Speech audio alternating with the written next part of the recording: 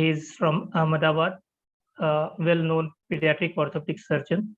And the chairman, Dr. John sir, will join in 5 minutes. So over to you, sir. Yeah, thank you, Janki. Welcome, sir. Yeah, I think my slides are visible, right?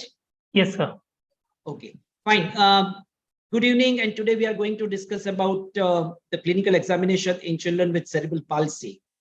The reason why we selected this topic is because today, the 3rd October, is a National Cerebral Palsy Day for India. And this is in a fond memory of Dr. Perrine K. Mullah Firoz.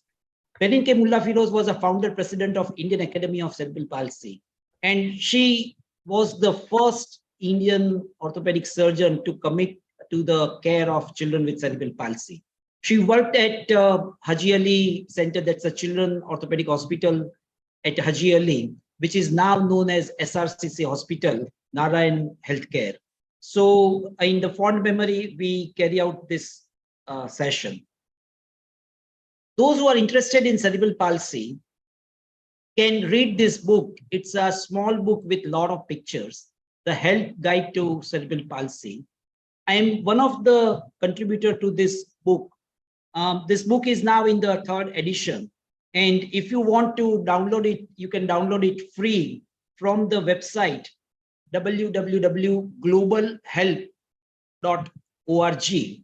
Health stands for Health Education Low Price, where a lot of authors, they give away their book free so that the people in the developing countries can read these books and can improve the care of children with cerebral palsy. So once you go on that site, in the search, if you write a cerebral palsy, then you will get this book, and it's in PDF format, it's in English, and there are a few other languages. In those languages also, if you wish, you can download. So let's start. Before we go to the clinical examination, let's start with something basic. So the first question is, what is cerebral palsy? The simple definition of cerebral palsy is, it's a disorder of movement and posture because of the damage to the immature brain, which results into a non-progressive changes. The brain damage is non-progressive, but the changes, the effect of the brain damage, which we see on the bones, on the muscles, on the other areas, they are progressive with the growth. So the few important things, basically in cerebral palsy, the movement, maybe upper extremity or lower extremity movements are affected. The posture means positioning of the body, that's affected. The cause is immature brain, the damage to the immature brain.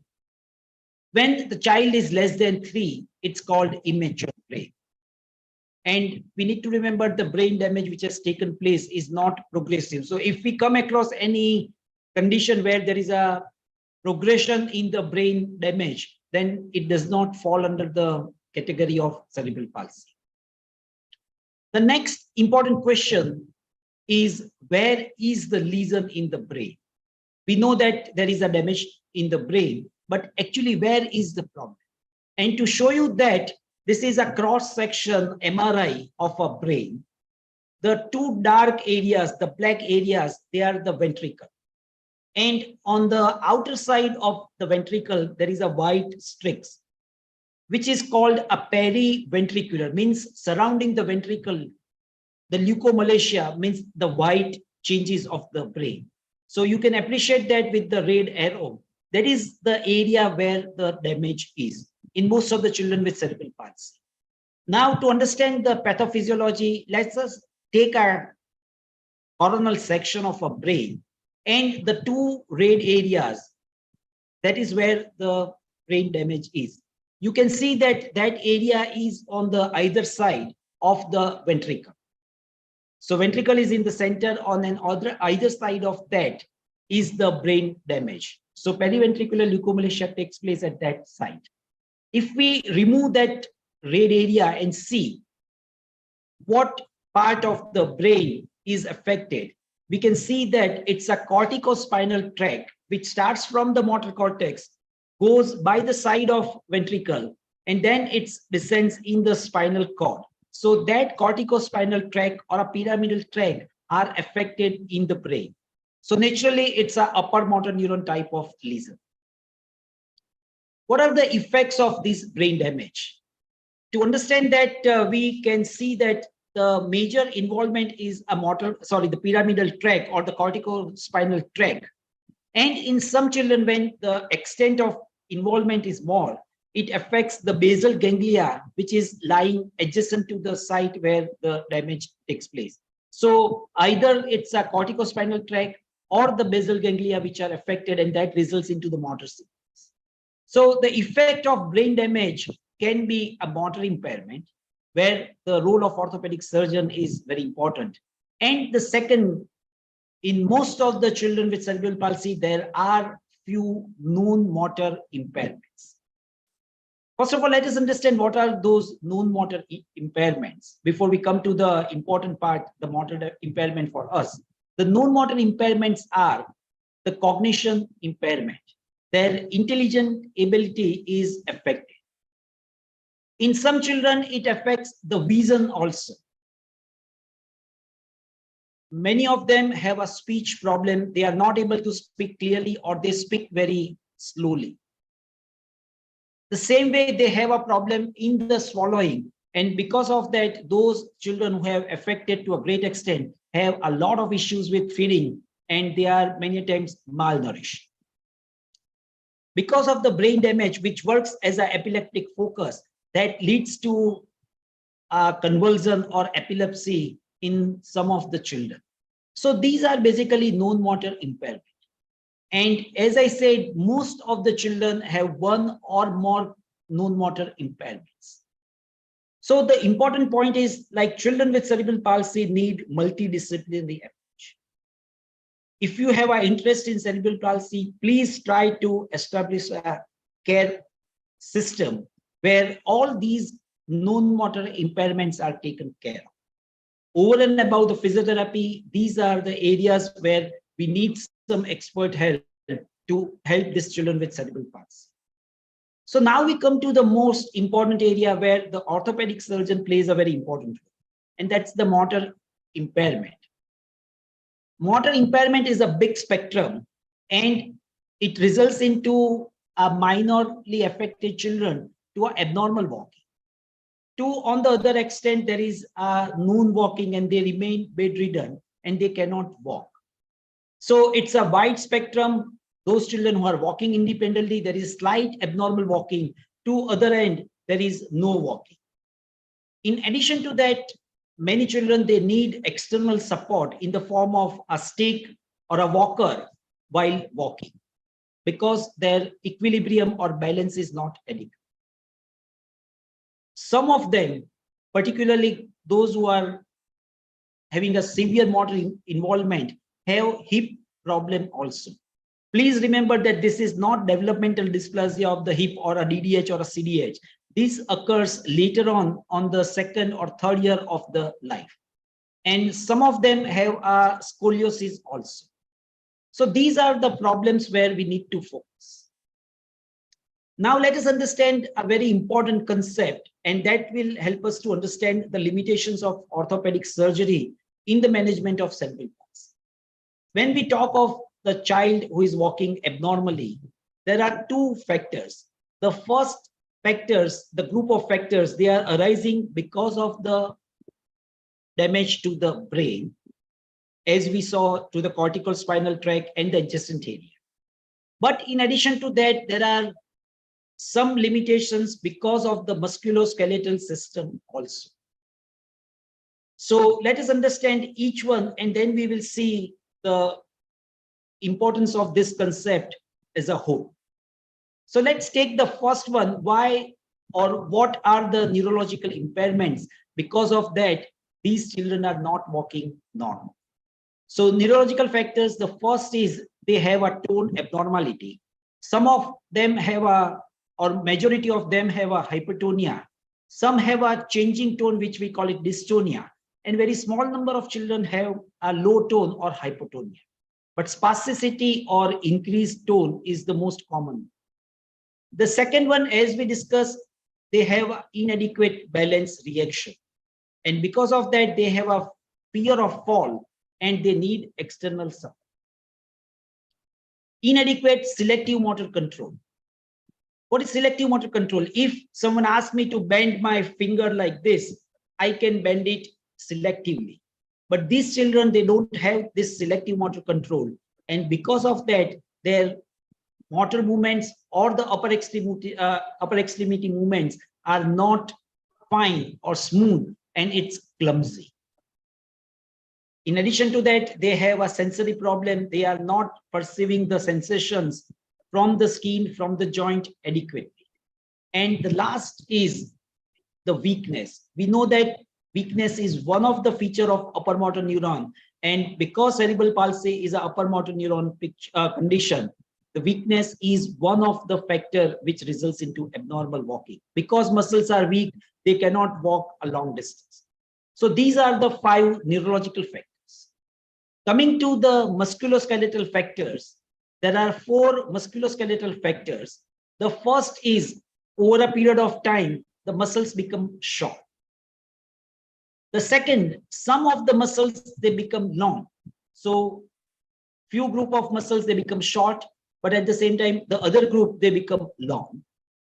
The third is the joint also become deformed, particularly the knee joint or the hip joint or the foot and ankle. And the fourth is the bones, particularly the femur and the tibia, they are twisted. So these are the 4 factors, the musculoskeletal factors, where as an orthopedic surgeon, we can do something, and when we correct them, we improve the walking. Now coming to the important question, which is the topic, why clinical examination is important. The aim of orthopedic surgery is to improve walking, which may not be possible in all the children with cerebral palsy. But yes, in large numbers, 60 to 70% of children, we can do something to improve walking.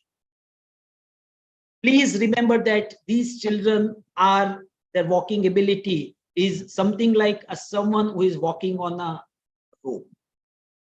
They have a very narrow safety margin. And if we make a wrong decision and carry out a wrong surgery, then sometimes they lose walking ability. So at that particular point, it becomes very important that we make a good decision. I would like to emphasize the very famous sentence, the quote of Dr. Mercer Rang from the Sick Kid Hospital of Canada. Good decision is more important than incision. Doing surgery is not important, but when to do surgery, where to do surgery is very important decision making. So good decision requires a maximum information. When we have an adequate information, then and then we are able to make the correct diagnosis and the proper decision. So to get a maximum amount of information, we have 5 sources of information. The first is history. By interacting with the family members, we get the history, how the condition started, what was the condition at the time of birth which resulted into this problem. So all these things tell us about important information. Then we have a clinical examination, which is the second factor.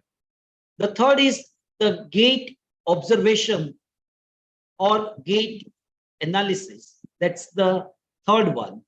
The fourth one is imaging. We use X-rays, we use sometimes CT scan. So all this gives us an information. And the last, which has been available recently in very few or limited center, that's computerized gait analysis, which is a very expensive system where we put a marker on the child and ask the child to walk. And there are 6 to 8 cameras in all the 360-degree. They observe this marker movement. And from that, they give us the idea that how hip, knee, ankle are moving.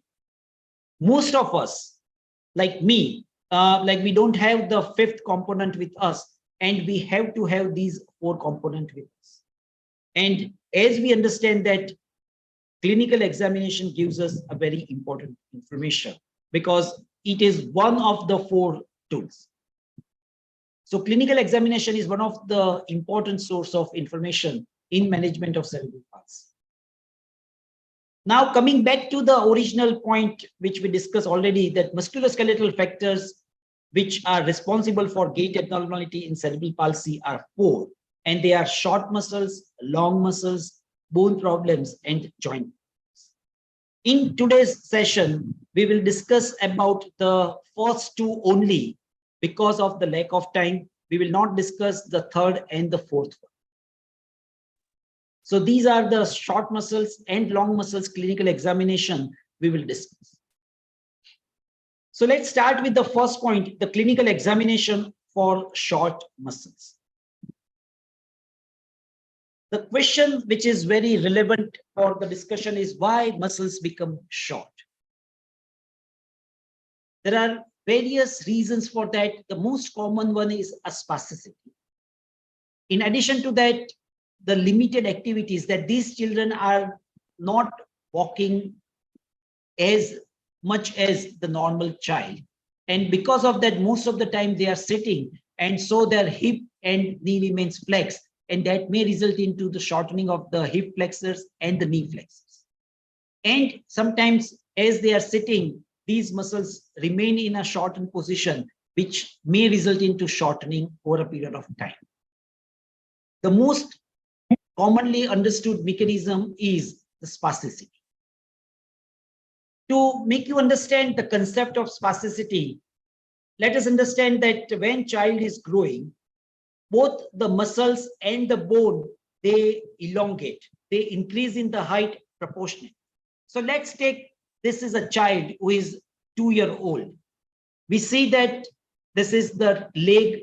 On the back, there is a calf, which is shown as going above the knee joint. So that's the gastrosoleus complex, and the green one is the tendon. Because they are of normal length, the ankle is in a plantigrade position. Now, as the child grows, in a normal child, the bone elongate, and proportionately the muscle and tendon also elongate. The increase in the length of muscle and tendon is proportionate to the bone. And due to that, the ankle remains in a neutral position. On the other hand, in a cerebral palsy child with growth, with the same years, the bone elongate, but the muscle tendon unit does not elongate. If we compare the length of muscle, we can see that the muscle is short. It has remained short, or it has failed to elongate. And the same thing, the musculotendon unit also remains short.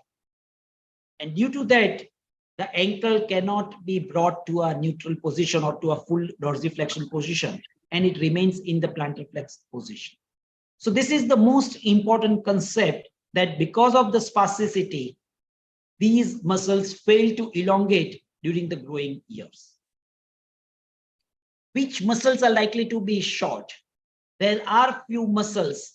They are gastrosoleus, means gastro and soleus, hamstring muscles, the rectus femoris muscle, the psoas muscles, and adductors. If you try to find out one thing which is common to all these muscles are biarticular muscles. So it's believed that there is something happens to a biarticular muscles, and they fail to elongate in the growing phase, and because of that they remain short.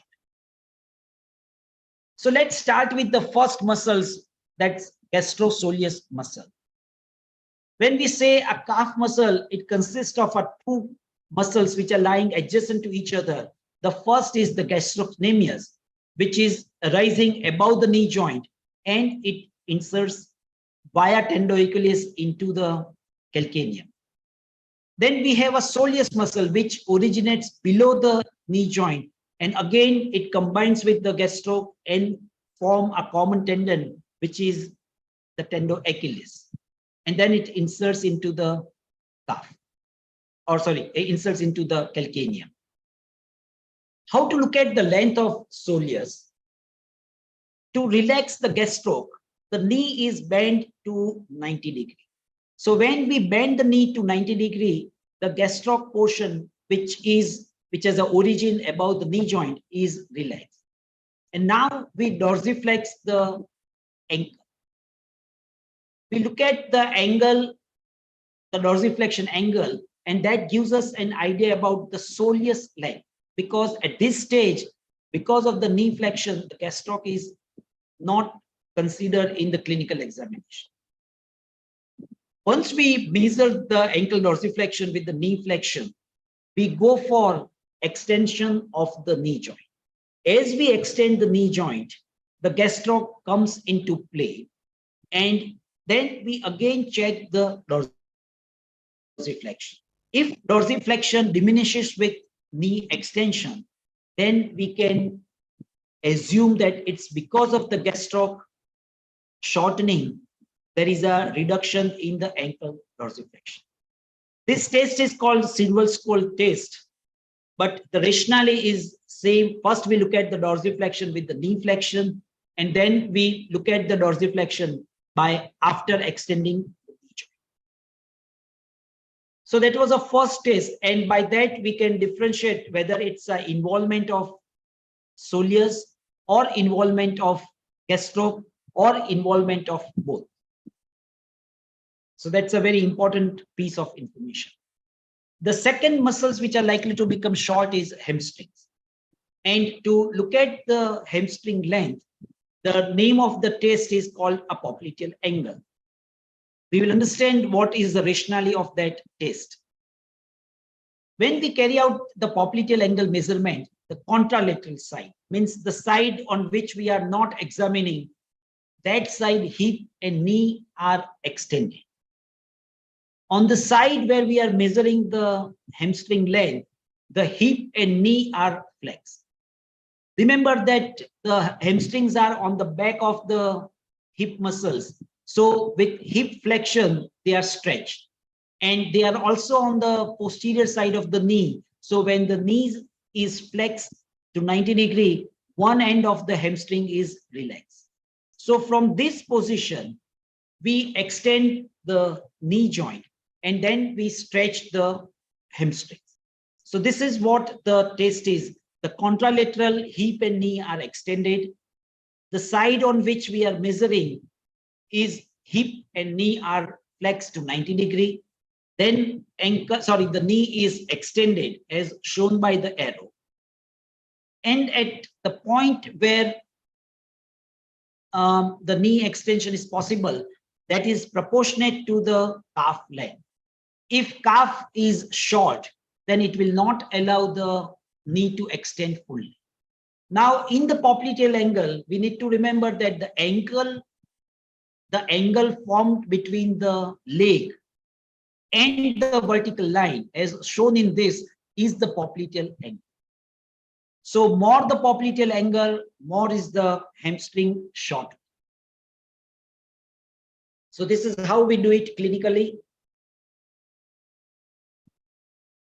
So this is the line, the angle between the vertical line and the line parallel to the leg. That angle is called the popliteal angle.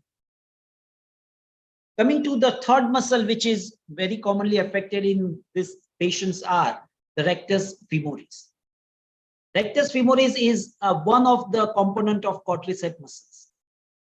In quadriceps, the vasi are below the hip joint, while rectus is crossing the hip joint.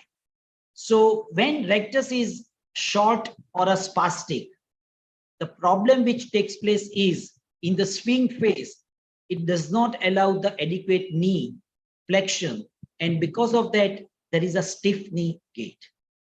Remember that short or a spastic rectus causes problem in the swing phase. So the test which is prescribed or which is to evaluate the rectus is a prone rectus test. Because it's carried out in a prone position, this is the name of the test, the prone rectus test. In this position, the knee is flexed, keeping the hip extended. So in a prone position, the hip is extended and then the knee is flexed. So to understand the rationale of this test, the blue is the examination table. In that, the patient is lying prone. The green one is the rectus femoris. This is a normal child where the length of the muscle is normal. So in this situation, we can bend the knee joint and there will be no effect on the pelvis. On the other end, when the rectus is short or a spastic, as shown in this, the muscle which is in the front of the femur, when the knee is flexed, because the rectus is spastic and short, it causes the anterior tilting of the pelvis. You can see that the red line that shows that the pelvis is tilted. Look at this. Right? So with the knee flexion, the pelvis tilts anterior. And that can be seen clinically by lifting of the inguinal area. To show you this, this is with the knee extension. And when the knees are flexed, the front of the hip joint is lifted up. So that says that the rectus is short. The fourth muscle which is likely to become short is hip flexors, which consist of iliopsoas, the two muscles that forms the hip flexors. Now, first of all, let us understand that what are the consequences of the shortening, hip flexors shortening. When hip flexors become short, what happens? To make you understand that, I am showing you an animation that how the lower limb moves in the stance phase. So this is at the stance phase, like how it moves. You can see that, let me go back and we can see that at this point, the hip is in flexion. But as the body moves forward, the hip is extended. So now if hip flexors are short, they will not allow this hip to extend. Again, like in this picture, we can see that in the terminal stance, the hip is extended. And for that, we need a normal length of the hip flexors. So if hip flexors are short, they don't allow the hip extension in the terminal stance. To test the length of the flexors, we already know the test. It's a basic test, the Thomas test. And the rationale is that flex the contralateral hip till the lordosis is obliterated. The most important thing is, like, if you look at the spine is now parallel to the examination floor. The lordosis is obliterated. This is the position of the contralateral hip. And at that point, we measure how much angle the femur makes with the examination table. So this angle is actually the angle which gives us idea about the hip flexion deformity. And that indirectly tells us about the flexor length. The one point, this is not very related to the cerebral palsy, but very important to the basic thing, that if you overflex the contralateral hip, so what happens with contralateral hip flexion? The pelvis tilts posteriorly and the spine lordosis is completely reversed. And in that phase, if you measure the flexion deformity, it will be much more than the previous one. So this is what the flexion deformity by overflexion of the contralateral hip, and this was the previous one. So the point which I would like to emphasize is that overflexion of contralateral hip leads to overestimation of the hip flexion deformity. Coming to the last muscles, which is adductors. When we say adductors, we need to remember that adductors comprises of the four muscles: the adductor longus, adductor brevis, adductor magnus, and the last one is gracilis. So of the four, the first three, they are just crossing the hip joint. They don't cross the knee joint. So they are monoarticular muscles. while the gracilis is a biarticular muscle. So this is the important thing, that gracilis length varies with the knee, while the other three, they don't show any change with the knee flexion. So to differentiate the gracilis and the adductors, there is a test. And to that test is, the first part of the test is the adductors assessment. Hip and knee are extended, and then we abduct the hip joint. So like this, the hip and knee are extended, and then we abduct the hips. We look at how much angle hip makes with the midline. So as shown, this is for the right side, and this is for the left side. Now we flex the knee joint. So when we flex the knee joint, the gracilis will be relaxed. And when gracilis will be relaxed, we look at, or we reassess the hip abduction. And usually that leads to more hip abduction. So this is how we look at. Now the knees are bent, and we abduct the hip, and we look at the abduction angle. So this is with the knee flexion, and this is with the the knee extension. And the more abduction which has taken place, that is because of the relaxation which has taken place by the gracilis. So that was about the muscles which becomes short. Now remember that in cerebral palsy, some muscles become long also. To make you understand that concept, let's take, this is one bone, and this is second bone. These two bones are connected at a joint. If you look at this joint is moving like this. On the one side, we have a muscle, which is, we call it agonist. The muscles on the other side is called antagonist. Now, if the agonist becomes short, as we saw previously, what happens to antagonist? You will immediately say that the antagonist will become long. Fine. This is very easily understandable concept, but the medical science, particularly the orthopedic, the pediatric orthopedic group, they took more than 50 years to understand this concept. That when one group of muscles becomes short, the group or the muscles on the opposite side, they become long. So once we remember the muscles which has become short, immediately we can say that the adductors have tendency to become short, so hip abductors can become long. The quadriceps is likely to become long because usually the hamstrings are short. The tibialis anterior is long because the plantar flexors have a tendency to become short. And the gluteus maximus is likely to become long. This is a very simple concept, but at this stage, we are relying or focusing mainly on the quadriceps. Our treatment strategy is not good enough for the hip abductors, tibialis anterior, and gluteus maximus. And the reason is very simple. We don't have a reliable way to measure the length of the muscles.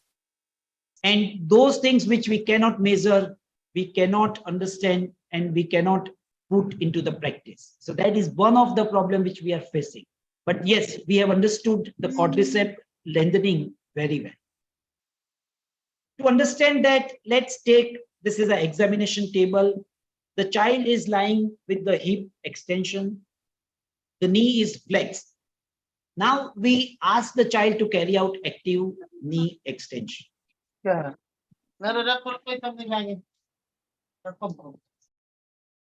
So we ask the child to carry out active knee extension, and the child is able to carry out this much. Now we ask, or we carry out a passive extension. So we try to push the ankle and try to extend the knee joint like this, and say like we are able to achieve this much amount of passive extension. So the difference between the passive and the active extension is called extension lag. And that is because of the long quadriceps muscles. Now, this is a situation the child has an ability to carry out passive extension, but because of the long quadriceps, child is not able to carry out active extension. Now, when the same child is in a standing position like this, the child is not able to carry out full extension at the knee joint. And due to that, the knee remains in flex position. So this is the problem.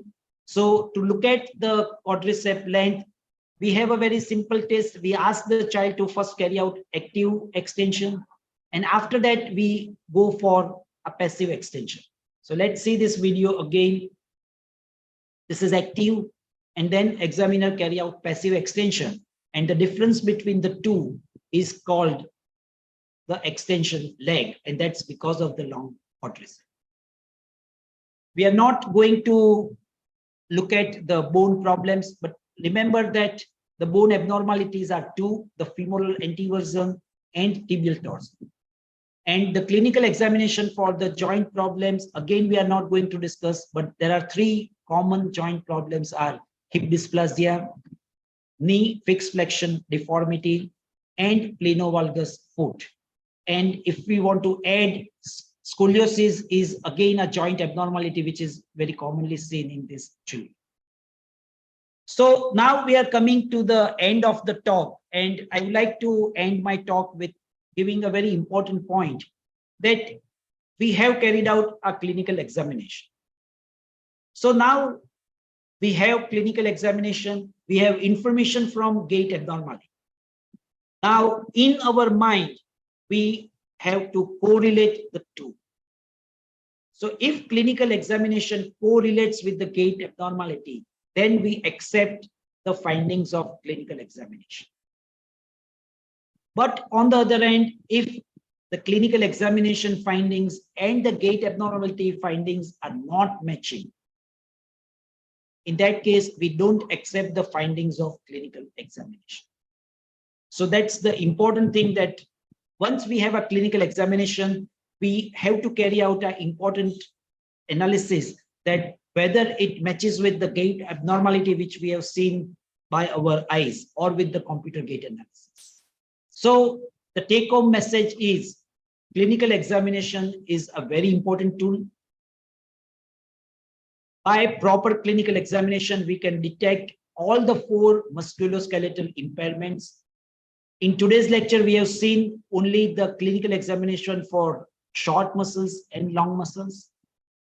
But the last and the most important thing, correlate clinical findings with gait abnormality findings. So with that, I will stop my presentation and I will be happy to answer a few questions. Thank you. Thanks, Dhiren. That was really very well explained for everybody, and as usual, simplified in a way that only you can do. And I'm sorry I got a bit late because the traffic was that's crazy, the Patna traffic, I know. Yeah, today was just, I mean, I don't know, last couple of days has been crazy. Yesterday, I came back from Delhi. It took me almost 2 hours to get from the airport to home. But normally it should take about half an hour to 40 minutes and in the evening. And today it took me more than an hour to come back from work. So anyway, so that was excellent. I'm sure there must be some questions from all the... Yes, while we are waiting for the questions, sir, the concept of R1 and R2 during the examination in the Viva is usually asked. Okay, so good. Okay, fine. That's a very important concept, and I want to keep it simple. So I have not covered that R1 and R2. But let me tell you that one of the important salient feature of cerebral palsy muscles is there is an exaggerated stretch reflex. So in a normal child, when we stretch the muscle by a slow stretch or a fast stretch, it does not make any difference in the length. The muscles can be stretched fully. But in cerebral palsy, there is a very unique feature that if you stretch the muscles very fast, the stretch reflex will come into role and will create a one stoppage. However, this muscle, if we continue to stretch by a sustained stretch, then again it will be able to be stretched or will be able to elongate. So the first catch which we get with the rapid stretch is called R1. And the second stop which we get after the sustained or a slow stretch is called R2. Now this R2, where is we are getting this R2 is very important. If it's at the end of the range of motion, then we can say that there is no contracture. But as the contracture sets in, these R2 is not the end of the range of the motion, and that's called the contracture. So yes, it's very important that all the 5 muscles which the test which we mentioned should be carried out with a rapid stretch and then with the slow stretch, and that will give us idea about the spasticity and the contracture. Okay, so there is one question, although I think it is not related to the top. One side already done the THR, how to measure the FFD angle for untreated hip. This is okay, fine. It's not related to this lecture, but if one side is been operated, still if we are able to flex the, it all depends, like we have to flex the hip till the lordosis is obliterated. That's the important thing. So yes, doing of, or like even if it's opposite hip is operated, it does not make much difference in finding out flexion deformity on the other side. So you have to obliterate the lordosis to get the correct amount of fixed flexion deformity. So whether he has a THR or not, you still need to do the same test. Now, if the THR is such that it doesn't allow beyond a certain amount of flexion, or you're worried about dislocating that hip if you flex too much, that's a different situation altogether. Okay, but otherwise you should be able to do it. So in case of CP, usually there is hypertonia. So there is little confusion to examine how to examine the power. So what to be taken care of, sir, while examining the power? Okay, that's again a very important practical question. And yes, the power assessment is not very good or reliable in cerebral palsy, because these children have, the first important thing is like they don't have a selective motor control. So when we ask child to carry out active movement at a particular moment, because of the neural problem, they are not able to recruit all the muscle fiber for action. So whatever muscle power we are measuring is not the correct. The second issue is the spasticity. And many times we confuse spasticity with the strength. Both are very different. But yes, these are the problem with cerebral, with the muscle power assessment in cerebral. So you don't try to grade them like by 4 or 5, but usually we just need to have an idea whether they are able to carry out against gravity or not. So 3 beyond is adequate, but don't try to be as specific as the normal child. And it's because of the neurology, both spasticity and problem with the selective motor. So I think a few of the things you have already explained, like the rectus test that is in prone position. There are few names of the test is given. So probably for the postgraduate, like Elise test and all, by named test they used to ask. So yeah, what? So like see, my philosophy is to describe the test and don't give us the name, because it's not the correct way according to me to remember the name. So many times, like when I say the cerebral skull test, if I am deviating slightly from that, then some people argue that this is not the what cerebral skull described. That's why I described how to measure the gastrosoleus gland. So I try to avoid the name, because it's more important is the concept rather than the exact description of the test. That's why I have not used the name of any test. So although I think we'll plan for the treatment in another class, but just few points like about the Botox injection, sir. What is the guideline right now? When to give the Botox injection and when not to give? Till what Okay, age group here? okay, that's a very important concept. Let me give you a slight overview. I would really like to go into a detail about that because the concept has changed significantly. In 1997, when the Botox first became available in India, I started using. And to be frank, I had an apprehension that with the introduction of Botox, the surgical cases in cerebral palsy will go down drastically down. And because the proper usage of Botox will not allow the muscle to become contracted. And if muscles are not contracted, then the orthopedic surgeries are not required. Frankly speaking, that expectation is not fulfilled. That is first thing. So what we expected from Botox was actually over expectation from our side. In the recent years, last 4 years, we have more and more articles available, which says that if you inject Botox repeatedly, means more than twice in a year, or if you inject, say like 4 times, 5 times, it leads to fibrosis in the muscle. Means it converts muscle fiber into a fat or a fibrosis, which leads to weakness. Now, already we have discussed that in cerebral palsy, weakness is one of the features because of the upper motor neuron type of problem. Over and above that, it creates a weakness because of our treatment. And so, in my practice, I have almost stopped using botulinum. I can say this because there is no commercial influence in this session. So we can discuss science without any commerce over here. But Botox is now... Even we haven't used... Sorry, I was just going to say that I don't think we've used Botox now for more than a couple of years after the sort of problems with Botox became highlighted.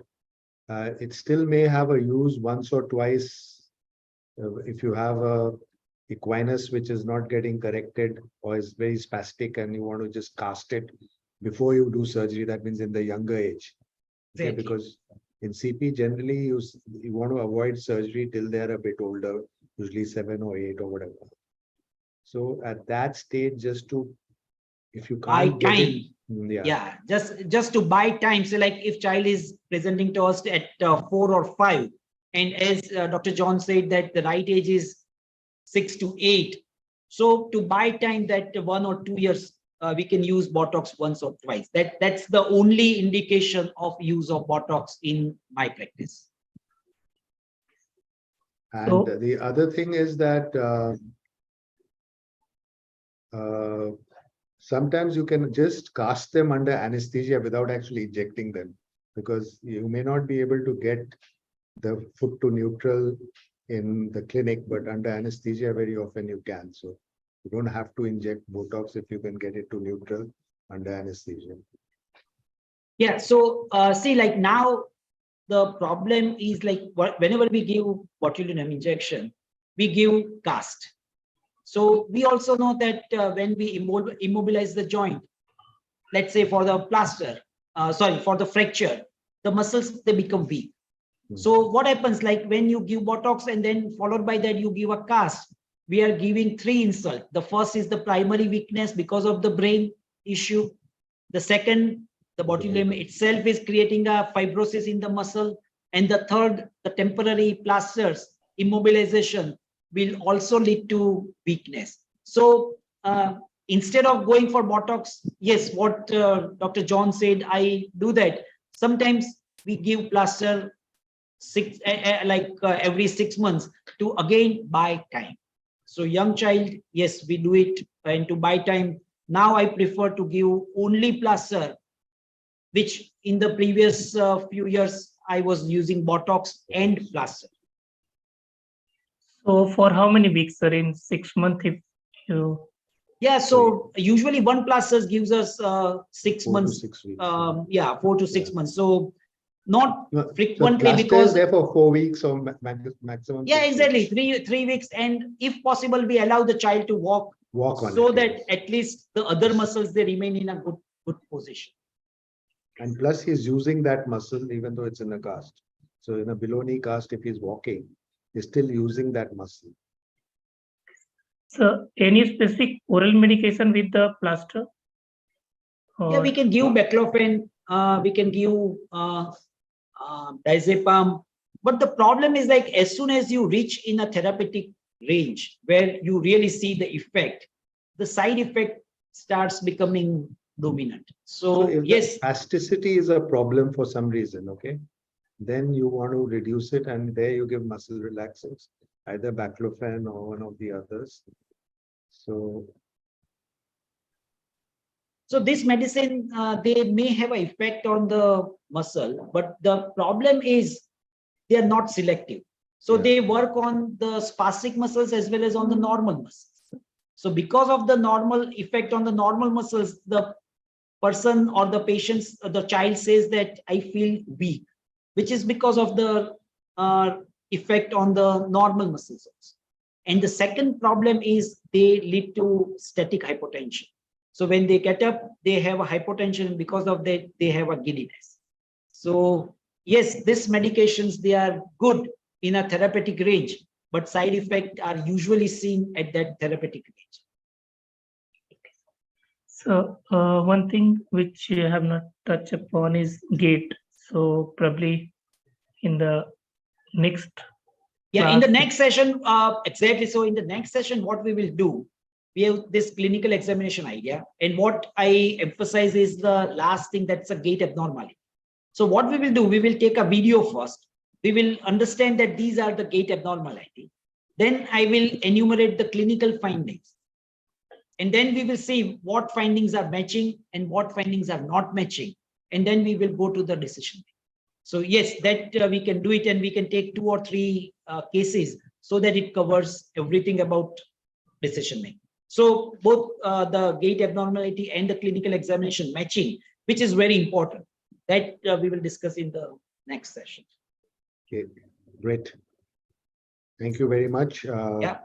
Thank you once again for, like, Yeah. in a last moment changing the subject, because No, today no. being 3rd Yeah, October. yeah. No, I Yeah. think it was excellent, and I think even I just missed the first 5 or 6 minutes, but it was done so nicely and so simply that everyone should be able to understand it properly. And I'm sure this is going to be a great help for all the people who attended it, and it will continue to be a help because it will be there on YouTube for people to watch. So great. Thanks very much. Thank you. Thank you very much, sir. Yeah. It was great. Bye. Okay, bye everybody. Have a great day. Yeah. Yes. Thank you, sir.